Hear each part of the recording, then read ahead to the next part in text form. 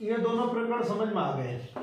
इसको एक बार और देखेंगे। क्या पहले हम ये वाला देखेंगे, ये वाला। ठीक बेटा, प्रकाश किरण ये दिख रही है, प्रिज्म से टकराई, टकराने के बाद अपवर्तित हो गई, यानी कि ऐसा चित्र बन रहा, ऐसा गया, ऐसा आया, ऐसा निकल गया। आपतित किरण, अपवर्तित किरण और निर्गत किरण, ये वाला यहां हो रहा है। ठीक, अब हम एक काम यहां करेंगे। यहां पर जो काम हो रहा है अब वो मैं बदल के करूंगा, कुछ देखना। साफ कर दो थोड़ा सा, हल्का सा, ये थोड़ा सा मुझे सीधा करना है।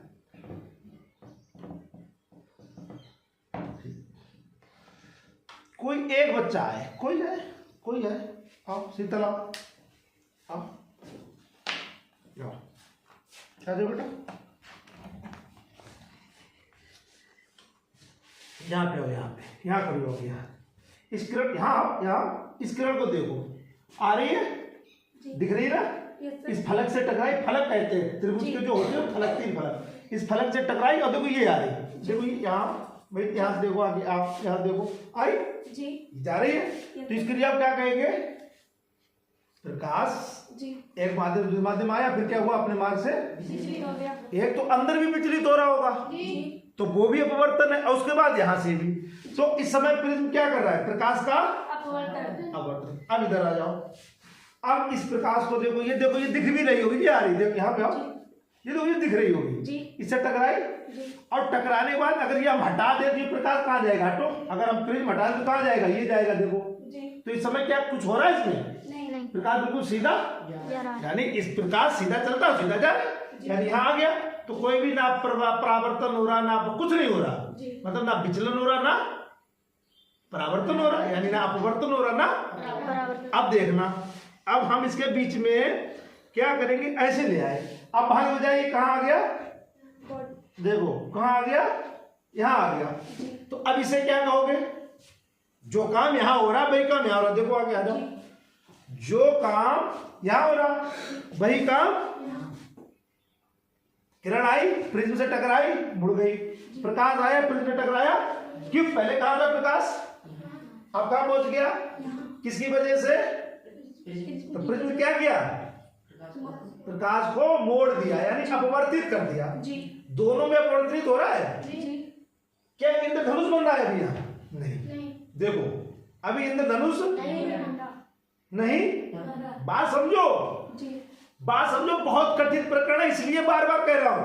अभी कुछ नहीं हो रहा है, अभी प्रिज्म केवल प्रकाश का अपवर्तन कर रहा है, चाहे वो किरण से देख लो, चाहे वो प्रकाश, पूरे प्रकाश से देख लो, चाहे वो हरे से देख लो, चाहे वो सफेद से देख लो। क्यों? क्योंकि अभी सफेद प्रकाश यहां था, तो अभी ना परावर्तन है ना अपवर्तन। अब क्या हुआ? क्या हो गया? अपवर्तन, प्रकाश अपने मार्ग से अपवर्तन हो गया। तो दोनों में भी क्या हो रहा है? अपवर्तन। दोनों में क्या हो रहा है? अपवर्तन। अब देखना एक और काम, इधर आओ, अब तुम कुछ ऐसा कर सकती हो, अभी नहीं होगा, इसको घुमाओगे तब होगा।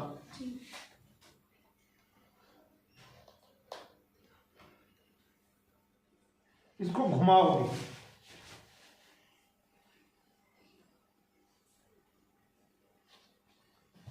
अब क्या हुआ? ये श्वेत प्रकाश इस प्रिज्म से जब होके गुजरा तो एक नई चीज हुई, क्या हुआ? इंद्रधनुष बना। बात समझना। तो क्या अभी भी अपवर्तन हो रहा है?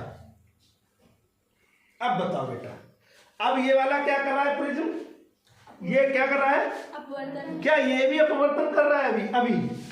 क्यों? क्योंकि प्रकाश यहाँ था और यहाँ पहुंच गया, लेकिन रंग भी हो गए उसके। बात समझना, यहाँ था तो सफेद था, यहाँ था तो सफेद था, अब इधर और बढ़ गया, प्रकाश वही है लेकिन अब उसके रंग भी आ गए। बात समझो, यहाँ तक सफेद था, यहाँ चलते चलते यहाँ तक सफेद आया, लेकिन जब यहाँ से यहाँ पहुंचा तो वही सफेद प्रकाश जो इसमें है अब वो अपने रंगों में, यानी स्पेक्ट्रम में बदल गया। स्पेक्ट्रम कहते हैं चीजों को अलग अलग हो जाना। तो जो सफेद प्रकाश है वो अपने सातों रंगों में अलग हो गया।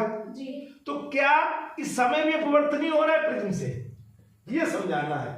क्या ये इंद्रधनुष अपवर्तन की वजह से बना या परावर्तन की वजह से बना या कुछ और हो रहा है? सर कुछ और है। कुछ और हो रहा है, ठीक है।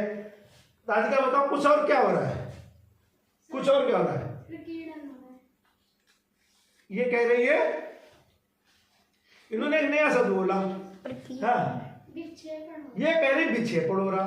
किसका किसका विक्षेपण हो रहा है? सफेद प्रकाश का विक्षेपण, यानी सफेद प्रकाश में जो रंग थे वो विक्षेपित हो गए, अलग हो गए। बात सुनना, क्या हो गए? अलग। तो वो दिख रहे हैं। तो चलो प्रकाश का, लेकिन बात को समझो कि प्रिज्म क्या कर रहा है। बात ये हो रही है यहाँ प्रिज्म अपवर्तन कर रहा है जी। मैं ये पूछा अब प्रिज्म क्या कर रहा है? क्या अपवर्तन कर रहा है इसलिए विक्षेपण हो रहा है? बात समझो मेरी। यहाँ प्रिज्म क्या कर रहा है? अपवर्तन। देखो अपवर्तन हो रहा है। कहाँ गई किरण? ये आ रही है, देखो ये आ रही, ठीक, ये वाली ये आ रही। अब ये वाला प्रकाश जाना तो ये चाहिए था, लेकिन गया कहाँ? तो अपवर्तन तो आपको लगना ही चाहिए यहाँ हो रहा है। तो वही चीज मैं पूछ रहा हूं कि ये जो प्रिज्म है वो तो प्रकाश का विक्षेपण रहा है। तो ये प्रकाश का जो विक्षेपण किस वजह से हो रहा? परावर्तन की वजह से हो रहा, अपवर्तन की वजह से हो रहा, या किसी और वजह से हो रहा है? ये बताओ, कितने लोग बताएंगे क्यों हो रहा है? ये विक्षेपित क्यों हो गया? ये यहां था तो आपने कहा अच्छा चलो फिर कंफ्यूज हो रहे। अब क्या हो रहा है? ये किस वजह से हो रहा है? अपवर्तन की वजह से। क्या अपवर्तन हो रहा है? नहीं हो रहा है। अपवर्तन हो रहा है? हो रहा है। तो अपवर्तन की वजह से ये है ना सफेद, ये भी सफेद। अब ये किस वजह से हो रहा है? ये किस वजह से हो रहा है? ये प्रकाश का विक्षेपण किस वजह से हो रहा है? प्रकाश के रंग किस वजह से आ रहे हैं? यानी सफेद प्रकाश अपने रंगों में किस क्रिया की वजह से क्या हो रहा है? क्या हो रहा है बताओ? अब सोचो, यहाँ आओ, बताओ, खड़ी हो जाओ, भेद करें। प्रकरण बहुत अजीब है। अब बताओ किस वजह से हो रहा है? राड बंद कर दो तो और अच्छा दिखेगा। राड बंद कर देख लो। अब बेटा ये क्यों हो रहा है? ये क्यों हो रहा है बताओ? दिख रहा है ना सबको? सबको क्या है? वही बैजनी हप्पी नाला बिबगियोर, वो पता ही, बैगनी जामनी नीला हरा पीला नारंगी लाल बन गया। लेकिन ये क्यों बन गया? यहां तो नहीं बन रहा, यहां तो नहीं बन रहा, यहां तो नहीं बन रहा, यहां तो नहीं बन रहा, देखो नहीं बन रहा। जबकि अपवर्तन हो रहा है, देखो टकराया और ये निकल के आ गया। नहीं हो रहा अपवर्तन, लेकिन ये क्यों हो रहा है?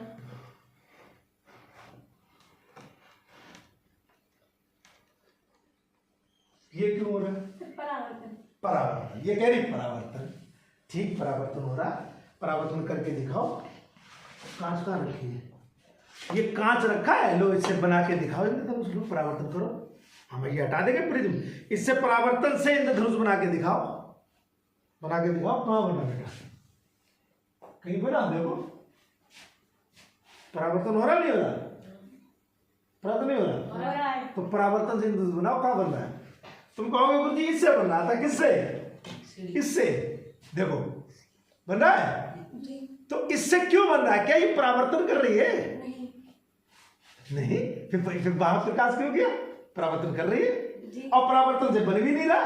देखो देखो देखो, ये परावर्तन है, इंद्र नहीं बना। और ये परावर्तन नहीं है। देखो इंद्र जी बन रहा है, देखो नीला रंग, जी देखो, जी देखो आया जी। तो ये तो परावर्तन कर रही है। तो इसमें परावर्तन से इंद्रधनुष बन रहा है, अब इसमें परावर्तन से इंद्रधनुष। ऐसा क्यों? अब यहां फिर मत देखो, यहां तो परावर्तन भी नहीं हो रहा, यहां क्या हो रहा है? ये क्या हो रहा है? ये क्या हो रहा है? क्या परावर्तन हो रहा है? क्या ये परावर्तन से बन रहा है? नहीं। फिर बच्चे कंफ्यूज, बताओ। बस यही तो समझना है हम कि इंद्रधनुष कैसे, हाँ जो इंद्रधनुष देखते हो वो कैसे बनता है ये पता होना चाहिए। खाली वो केवल देखने से भी आनंद नहीं आएगा। आनंद आएगा जब उसको समझेंगे, जान लेंगे। और उसको समझने और जानने के लिए आपको 3 चीजें यहां समझनी होंगी आज। ये वाली, ये जब तक ये नहीं समझोगे तब तक आप ये नहीं समझ पाओगे कि ये जो सफेद रंग का प्रकाश है ये 7 रंगों में कैसे बढ़ जाता है। पूर्ण परावर्तन की वजह से। देखो अब इन्होंने एक और शब्द जोड़ दिया कि पूर्ण परावर्तन। बस शब्द आते जा रहे हैं, पूर्ण परावर्तन शब्द आ गया, परावर्तन शब्द आ गया, अपवर्तन शब्द आ गया। तो जब इतनी चीजें हमें पता है तो हम समझ जाएंगे कि इंद्रधनुष कैसे। तो आज में कितनी चीजें समझनी है कि इंद्रधनुष कैसे बनता है और उसके लिए जो शब्द आएंगे वो अभी उस पर चर्चा करेंगे। तो आज हम यही चर्चा अभी करने जा रहे हैं। जब वो चर्चा हो जाएगी तो आपकी समझ में तो आप बैठो, ठीक है बेटा, बैठो, रात जलाओ ताकि ये बंद कर दें, रात जलाओ। तो इतनी बात समझ में आई। देखो फिर से हम आपको कह रहे हैं, छोटे होने का मतलब ये नहीं है कि हमें समझना है। जब आपको इतना सेटअप बना के समझा रहे हैं तो पहले परावर्तन अपवर्तन हो रहा था इससे भी, लेकिन इसी ने किसने, इसी प्रिज्म ने एक और काम कर दिया। अपवर्तन तो कर ही रहा था लेकिन एक और काम कर दिया कि सफेद रंग को 7 रंगों में बांट दिया। सफेद रंग के प्रकाश को 7 रंगों में बांट दिया। तो क्या ये कोई मामूली घटना होगी, मामूली काम होगा? नहीं, ये अलग काम है। और उसको समझने के लिए हमें पहले ये समझने पड़ेंगे। ये 3 चीजें बहुत आसान है, इससे समझाएंगे करके। पहला चित्र देख लो ध्यान से। इसमें क्या हो रहा है, एक ये माध्यम है, मतलब ये इतना माध्यम और ये, तो ये नीचे वाला सघन माध्यम है। क्यों? क्योंकि इसमें हमने जो डॉट है बहुत पास पास में कर रखे हैं, ठीक है बेटा। तो ये हो गया कौन सा माध्यम? तो ये सब सघन माध्यम है नीचे वाले, बात समझ लेना। और यहाँ पे सघन का मतलब है कांच, मान लो, क्योंकि हम क्या लेके चल रहे हैं, प्रिज्म। तो हम यहाँ पे सघन किसे मानेंगे? कांच को। कांच, तो ये सब क्या चीजें हैं बेटा? कांच, कांच और ठीक, ये 3 थी। हुआ क्या कि इस सघन माध्यम में प्रकाश ने प्रवेश किया, प्रकाश ने प्रवेश, तो सघन माध्यम में इतना ही माना जाएगा। ये तो आ रहा है उसको, अब सघन माध्यम ये मान लो, मतलब इतना प्रिज्म ये मान लो, अब इतना ये प्रिज्म मान लो, इसको प्रिज्म ही मान के चलो ऐसे करके, तो पूरा पूरा प्रिज्म मान लो। ये इतना प्रिज्म है, ये इतना हम चौकोर बनाएंगे, तिकोना बनाएंगे, मतलब उसके अंदर प्रकाश जा रहा है, ये मान के चल रहे हैं। गैस के अंदर सघन माध्यम में प्रकाश, मतलब सघन माध्यम, और सघन माध्यम से फिर कहाँ आ रहा है?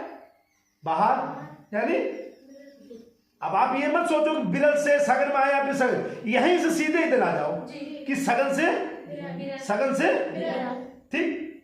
और जब बिरल से सघन में आएगा तब भी अपवर्तन होगा, और जब सघन से बिरल में आएगा तो प्रिज्म क्या करता है? अपवर्तन करता नहीं करता? और सीधी सी बात है, आप इसमें कहीं से प्रकाश डालो, डाल दिया तो ये आया, और इसके अंदर हम आपको भी दिखाएंगे, अभी आपको दिखाई देगा जब हम बंद कर देंगे, यहां से दिखेगा आपको। अंदर वाली रेखा भी दिखेगी, कौन सी वाली? ये वाली। आप इस चित्र को इससे मिला लो, ये वाला आया कौन सा? ये यहां वाला, और ये कौन सी होगी? इसके तो अंदर वाली। तो ये अंदर अंदर वाली है, ये वाली है, ये वाली, ठीक है ना।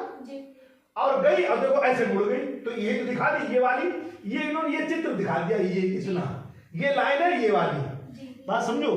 ये जो लाइन है ये कौन सी है? और ये वाला कौन सा है? ये वाला।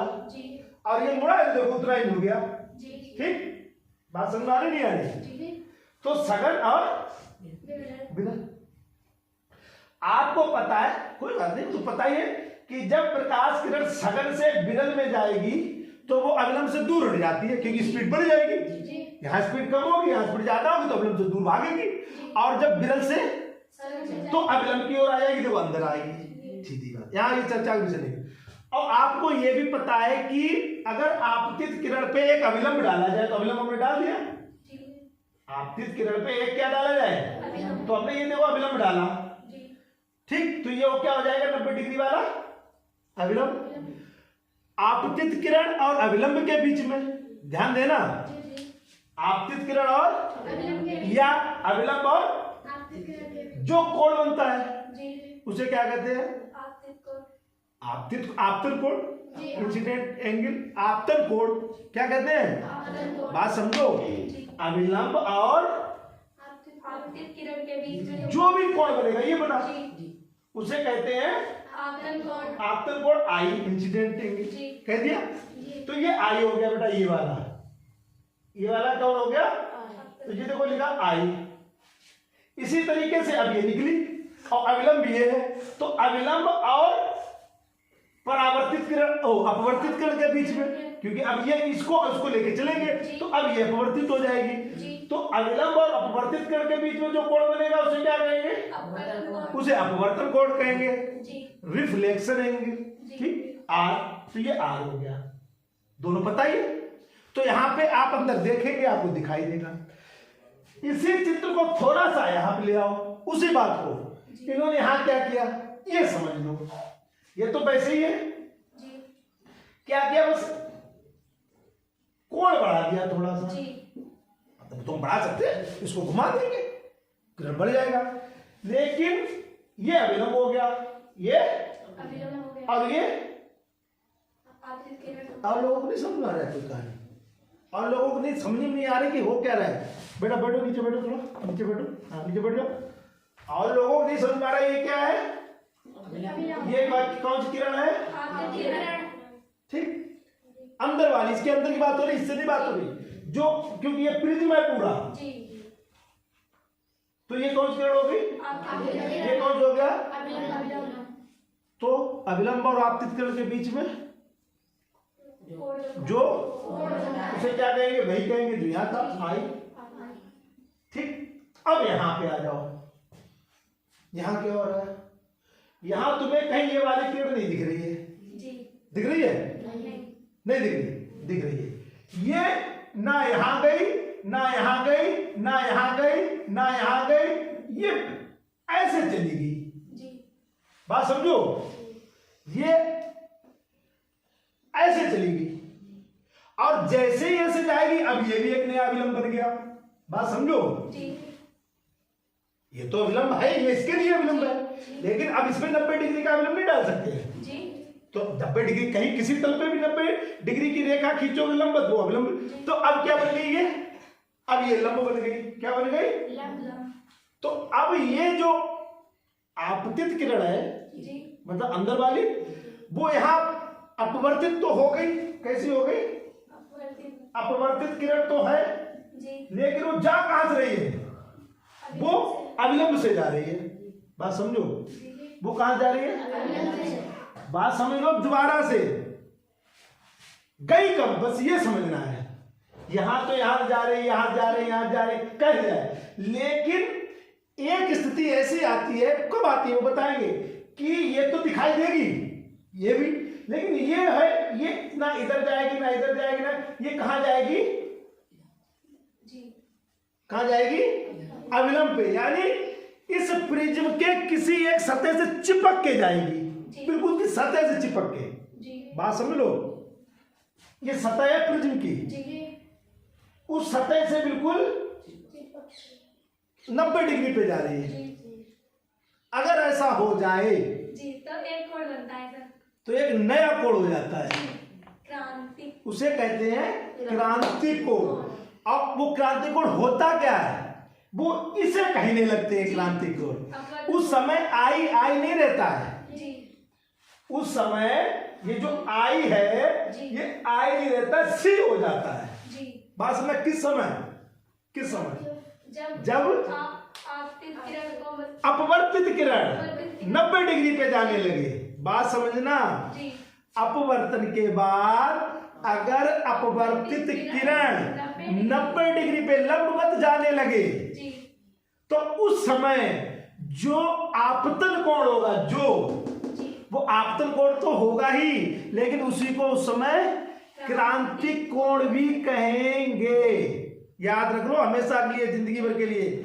क्रिटिकल का क्रांति कोण, यानी क्रांति कोण किसे कहते हैं, अगर कोई पूछ दे, लिखा कहीं नहीं होगा बुक्स में, पूछ लगता है आदमी कि क्रांति कोण किसे कहेंगे, क्या जवाब दोगे, कहोगे जब अपवर्तित किरण या वह कोण, वह आपतन कोण, वह जिस पर अपवर्तित किरण 90 डिग्री का कोण बना ले, यानी बढ़ाएंगे तो इसी को, अब जैसे ही से बढ़ाते चले जाएंगे, ये यहां से आते हुए कैसे जाने लगेगी, अवलंब पे, तो इस आई को ही क्या कहने लगेंगे?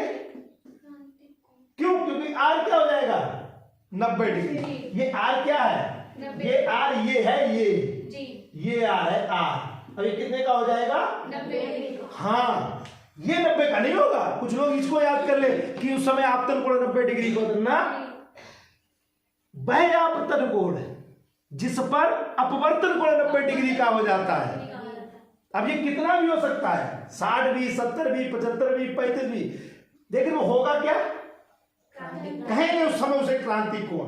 तो उस समय जब आई क्रांति कोण के बराबर हो जाती है, तीन चीजें याद करो, जब आई क्रांति कोण के बराबर हो जाती है, क्रिटिकल एंगल के क्रांति कोण के बराबर हो जाती है, तब आप अपवर्तन कोण 90 डिग्री का हो जाता है। या वह आपतित किरण जब अपवर्तित किरण 90 डिग्री पे जाने लगे, उस समय क्रांति कोण बनता है। तो इसी को क्या कहेंगे? क्रांति कोण। इसी को कहेंगे आपतन कोण। लेकिन ये जो जाएगा, ये 90 डिग्री वाला, ये क्रांति कोण नहीं होगा, क्रांति कोण ये होगा। तो क्रांति कोण समझ लो, ठीक? क्लियर हुआ? क्रांति कोण अभी दोनों चीजें दिखाएंगे एक साथ। अब इससे यहां पे आ जाओ फट से। अब कहां पे आ गई थी किरण? कहां पे आ रही थी? अवलंब पे। कौन सी? जाने वाली, मतलब निकलने वाली। अब इसको थोड़ा और बढ़ा दो, क्रांति कोण को बढ़ाना है, यानी आई और बढ़ाने, यानी क्रांति कोण से मान ज्यादा करना है। इधर करेंगे तो मान ज्यादा होगा, इधर करेंगे तो मान ज्यादा होगा। किरण को इधर करें, इस वाली को इधर लाए तो सी बढ़ानी है, सी यानी सी बढ़ानी है। तो सी बढ़ाने के लिए क्या करना होगा? क्रांति कोण बढ़ाना है तो क्या करना होगा? किरण को यानी आपतन कोण बढ़ाएंगे।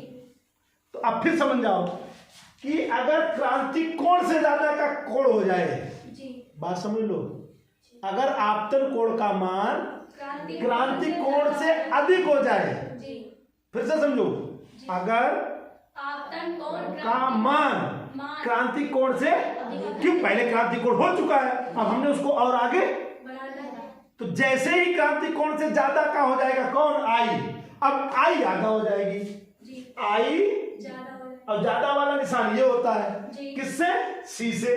गणित में ज्यादा का निशान जानते ही हो कि आई का मान किससे ज्यादा हो गया? क्रांतिक कोण से। तो ये जो किरण है ये वाली, ये ना यहां जाएगी, ना यहां जाएगी, ना यहां जाएगी, ना यहां जाएगी, ना यहां जाएगी, ना फिर वापस उसी माध्यम में आ जाएगी, उसी में लौट के आएगी, कांच से जाके कांच में ही वापस आएगी। तो कहोगे ऐसा कैसे हो सकता? यहाँ तो कोई पॉलिसी नहीं है भाई, ये भी तो सोचो। वापस आने के लिए क्या होनी चाहिए? पॉलिश।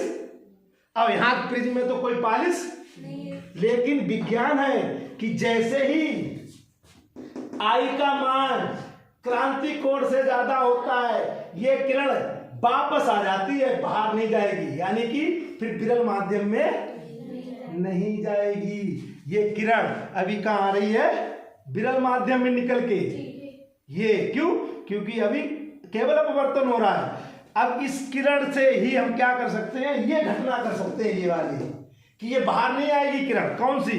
ये फिर से वापस उसी माध्यम में वापस आ जाएगी। अब वापस होने के बाद फिर ये कहाँ आएगी? ये तो कांच हो गई, और वापस होने के बाद क्या आएगी? फिर से कहाँ आ जाएगी भाई? वापस जाएगी। अब ये हवा से गई, ये हवा से गई कांच में, और कांच में इतनी चली, और फिर से कांच से बाहर आके फिर से वही आ जाएगी। तो इस चीज को क्या कहते हैं? ये इस चीज को क्या कहते हैं? इसे कहा जाता है पूर्ण परावर्तन। ये होता है, समझ लेना, ये तो परावर्तन होता ही बेटा, इसमें पूर्ण अपूर्ण की तो बात ही नहीं होती है कभी, क्योंकि ये तो परावर्तन ही है। लेकिन एक घटना प्रिज्म के साथ भी हो जाती है कि अपवर्तन होता रहता है, वर्तन होता रहता है, वर्तन होता रहता है, वर्तन होता रहता है, वर्तन होता रहता है, थोड़ी देर बाद क्या होने लगता है? क्या होने? परावर्तन। लेकिन है क्या कि गई और आपस में पूर्ण परावर्तन हो गया। इसको एक नया शब्द देना पड़ेगा ना, क्योंकि दर्पण तो है नहीं, दर्पण होता है परावर्तन कहते हैं। क्या चीज? कांच का गुटका, तो वहां तो वर्तन होना चाहिए था, लेकिन अपवर्तन खत्म हो गया। हो तो रहा था, यहाँ हो रहा था, यहाँ हो रहा था, लेकिन हमने क्या किया? कुछ ऐसा किया कि अपवर्तन की बजाय परावर्तन होने लगा। परा। अब परावर्तन के बाद ये कहाँ आएगी? कहाँ आएगी? अरे कहाँ आएगी? कांच में तो आई, फिर परावर्तन के बाद कहाँ आएगी? बाहर। और बाहर आएगी फिर क्या होगा? होगा क्या? होगा क्या? कांच से हवा में क्या होगा? परावर्तन तो ये हो गया कांच के अंदर ही। परावर्तन तो ये हो गया कांच में ही। जब कांच से हवा में आएगी तो क्या होगा? अपवर्तन। अरे यार, कांच से हवा में आएगी ना, अभी तो ये पूर्ण परावर्तन कहाँ हो रहा है? प्रिज्म के अंदर। अभी यहाँ हवा थोड़ी है, लेकिन जब कांच से हवा में आई नहीं तो क्या होगा? फिर से अपवर्तन शुरू हो जाए। अब ये रंगों में बट जाएगी। अब ये हवा में आती, तो कितने रंग दिखाई देने लगेंगे? 7 रंग। अब बताओ इंद्रधनुष कैसे बनता है? इंद्रधनुष में 3 काम होते हैं। 3 क्या क्या? 3 काम होते हैं इंद्रधनुष बनने में। क्या हुआ समझो? ये वाली किरण गई, ये वाली किरण गई कहां से? यहाँ क्या हुआ? ये इतना काम क्या हुआ? अपवर्तन। देखो अपने आप आ रहा है। यहाँ से गई, सीधी जानी चाहिए थी लेकिन सीधी नहीं गई। प्रिज्म में क्या करेगी? प्रिज्म में अपवर्तन हुआ। तो क्या काम हुआ? अपवर्तन। फिर ये क्या काम हुआ? पूर्ण परावर्तन। क्या काम हुआ? पूर्ण। और पूर्ण परावर्तन के बाद अब ये एक ही बना दे, कोई बात नहीं, बाद में बांट लेंगे। क्या हुई? ऐसे आई, अब हमसे दूर हटा दो, इसे दूर हटा दो। अब ये क्या हुआ? अपवर्तन। पहले क्या हुआ? फिर क्या हुआ? फिर क्या हुआ? 3 काम। 3 काम होते हैं। 3 काय के लिए? इसके लिए। किसके लिए? इसके लिए। देखो इसके लिए। बात समझ लो। ये इंद्रधनुष ऐसे नहीं बनता, तमाशा नहीं। इसके लिए सब पहले क्या होगा? अपवर्तन, यानी प्रकाश प्रिज्म में आया, प्रिज्म में मुड़ा, अपवर्तन हो गया। फिर एक और चीज बनेगी। क्या? ये क्या? क्रांति कोण का मान आई से ज्यादा करना पड़ेगा। जैसे ही आई सी का मान आई से ज्यादा होगा, क्या होने लगेगा? क्या होने लगेगा? हाँ, अपूर्ण परावर्तन। फिर से क्या होगा? अपवर्तन के बाद क्या होगा? प्रकाश का विक्षेपण। अब ये विक्षेपण कर दो। अब ये क्या बन गया हमारा? ये क्या बन गया? इंद्र। इसे कहेंगे रंगों का विक्षेपण, यानी प्रकाश का विक्षेपण। और प्रकाश के इस डिजाइन को, इस पूरी डिजाइन को करते हैं वर्णक्रम, स्पेक्ट्रम। क्या कहेंगे? स्पेक्ट्रम, वर्णक्रम, स्पेक्ट्रम। ये स्पेक्ट्रम बन जाता है 7। ये लिखा है, ये लिखा है। ये अब ये कौन सी घटना हो रही? केवल ये वाली। कौन सी वाली हो रही? ये वाली कैसे कराओगे? इसको ऐसा कर दो 90 डिग्री पे जाने लगे। उससे दिखाए, इससे दिखाएंगे। चलो अब दिखा दे, बात समझना। अब ये काम, ये 1 2 3 ये काम हम इसमें अब आपको करके दिखाएंगे। क्या करेंगे? पहले केवल अपवर्तन, उसके बाद क्या करेंगे? क्रांति कोण बनाएंगे। क्रांति कोण बनते ही जो आपतित किरण होगी वो कहां जाने लगेगी? अविलंब से। जैसे ही क्रांति कोण का मान बढ़ा देंगे, किरण क्या करने लगेगी? पूर्ण। ये तीनों काम इससे दिखा देंगे। लेकिन इंद्रधनुष इससे नहीं बनेगा। क्यों? क्योंकि रंग अकेला है। रंग सफेद होता तो बनता सफेद, इसमें वो इससे दिखाएंगे। बात क्लियर हो रही नहीं हो रही?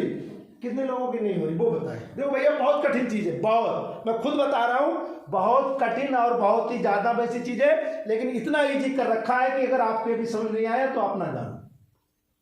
अगर अभी समझ नहीं आया तो हमें बता